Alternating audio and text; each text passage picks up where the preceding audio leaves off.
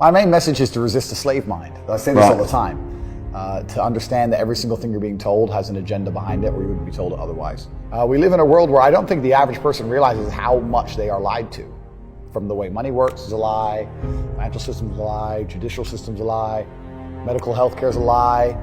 To examine every strongly held belief you have and try and identify where it comes from and why you have it. I sit and argue with people, I discuss things with people, and they so fervently believe a point. And I say, why do you believe that so much? Like, do you have personal experience? No, but I saw the news. Why do you believe? The news told you X, and now you are desperate. You will sit here for hours arguing that point. A lot of people are completely empty vessels ready to be programmed. And I try and tell people, listen, to just stop for a second and understand that the things they're telling you to believe are not necessarily for your benefit. The people who make the rules don't make the rules for the benefit of everybody. They make the rules for the benefit of the people who make the rules.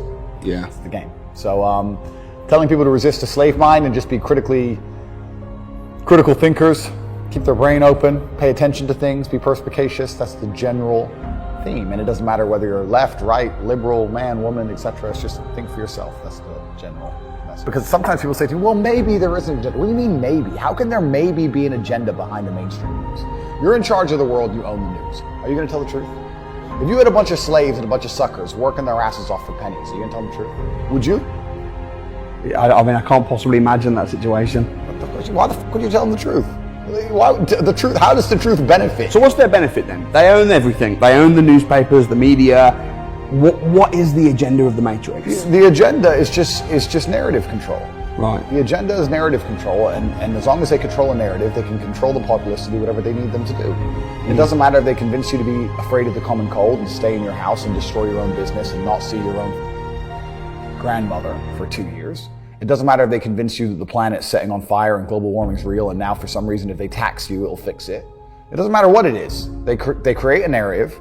They prevent people from talking the counter to that narrative. They now own reality.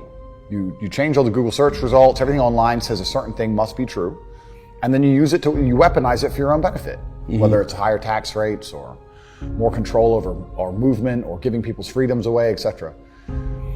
The world used to be based on freedom, especially in the Western world. During communism, etc., the Western world used to stand up and say, the difference between us and the communists is that we're free.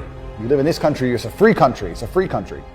But that's not the truth anymore. So now that everyone's starting to slowly understand it's not a free country, you have to replace the freedom with something else. And the only thing that humanity will accept in return for freedom is safety. So they say, listen, you're no longer free. So I have this saying and nobody seems to understand it. I say money's not real.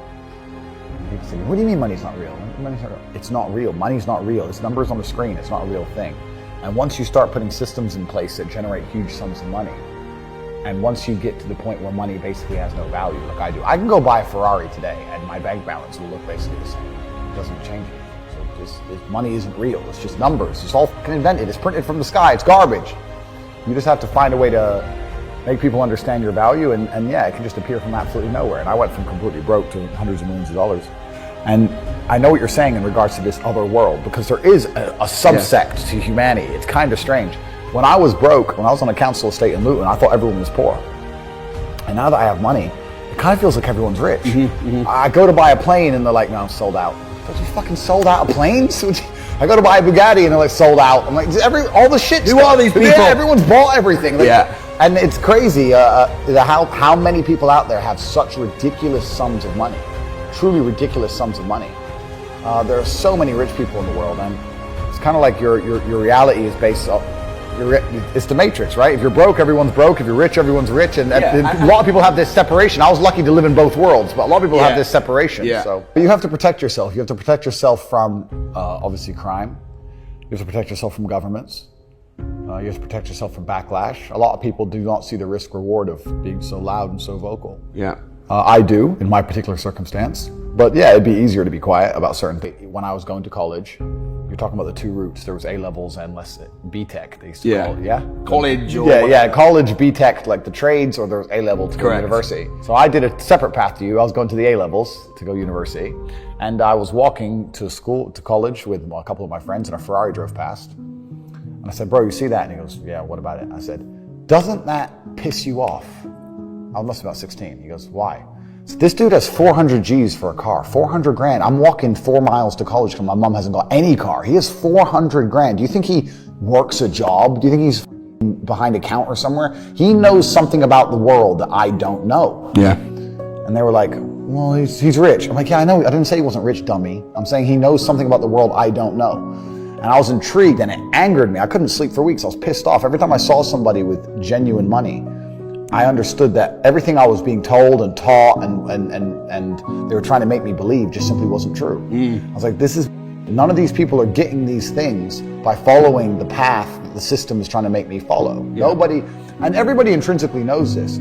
If you go to if you're at a BP, you're at a petrol station, and I pull up in my Lamborghini, nobody goes, wow, he went to school. Yeah. He studied hard. Right. Do they? They're like drug dealer, gangster. And they do that because they know that the easiest way to amass wealth is to break the rules, because the rules are not designed to allow most people to make money. You can make money within the rules, of course you can, but most people don't. Most people who follow the path work, consume, die. That's it. Yeah. So I always knew the same thing as you, and I knew there had to be another way. I knew that just working for money was a paradigm that wasn't true. And then you understand making your money work for you, and you understand delinking your time from money. Yeah. You start learning to understand these things, but eventually you build a system, and you build an ecosystem like me. I have 60 or 70 people who work for me all around the world. And things just happen and money just kind of appears as long as everything's well organized. It's certainly easier to make money now than ever before. I think so. Oh, it's easier than ever before to make money. I meet so many fucking 17-year-olds, 19-year-olds, kids in an e-com store or some crypto garbage to make quick, fast money now is almost easier than it's ever been. Now, that has advantages and disadvantages. I was talking to a young guy the other day and he was 22, I think, and he caught a crypto pump. He made like $4 million in the last bull run. And now all the coins have gone down, whatever. He sold some, he has like $1.5 million. I was like, oh yeah, so I'm waiting for the next pump. I was like, bro, the problem with you is you've now been ruined for life because you're 22, you made easy money, and you think that you don't have to ever do any serious work. You also have no skill. The problem is with the crypto pump, it doesn't teach you anything. You didn't learn sales, marketing, staff management, stress tolerance. You need that. Nothing. He doesn't know how to do anything. So he's just sitting there just gambling on shit coins, waiting for the next one to pump. And he's 22, and his ass is never going to want to get a real job, and he doesn't have any skills. So I think he's in a lot of trouble, truthfully. And I made this clear to him. So it can be a detrimental thing. It can be a bad thing. But in terms of making money, it's certainly easier than it's ever been because we live in a global marketplace now. You can reach the world, and all you have to do is have a message worth making people listen to. The hard part about making money today is that we live in an attention economy. You have to garner attention from people. It's difficult, right? Because anyone can start a YouTube channel, but it's getting the views that's hard, right? Yeah. So you have to be talented enough and skillful enough to garner attention. But if you can garner attention, then you can make money. I think that's the new modern way to view the world. It's an attention economy. It doesn't matter what you do. If you're getting attention, you'll make money from it. Yeah. And I think that's what's happening en masse. And secondly, it's always kind of been amazing to me. You talked about kickboxing. If I want to go learn kickboxing, I expect my coach to be able to fight.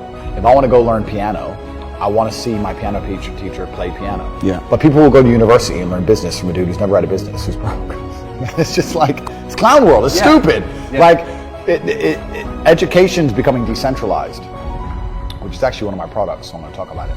But education is becoming decentralized now with the internet, and the smartest thing you can do is look at somebody's life and go, this guy's living or he's doing exactly what I want to do. I'll learn from him. Mm-hmm. That is the smartest thing you can do, as opposed to just going to these traditional educational systems. Because the reason university is such a massive scam, and I said this a million times, is because it exists in an echo chamber. It doesn't exist in fair competition. The reason universities still manage to function is because they'll give children loans to go to these schools, but you're not allowed to use the loan for anything else. If I were to say to the average 18-year-old, here's 50 grand. You can either start your own business, you can buy crypto, you can buy mentorship from you, me, another millionaire online, you can fix your house up or your parents' house up, you can buy a nice car, or you can go get a degree. And you're given the 50 G's. How many people do you think would choose a degree? None. Nobody. Zero. So they link the loan to the degree. So the choices are either don't get the loan at all, or get the loan and go to school. Yeah. Which means that the universities don't exist in fair competition. There's no fair competition within the entire educational system. Right. As soon as there's fair competition, nobody would choose it because it's such a terrible choice.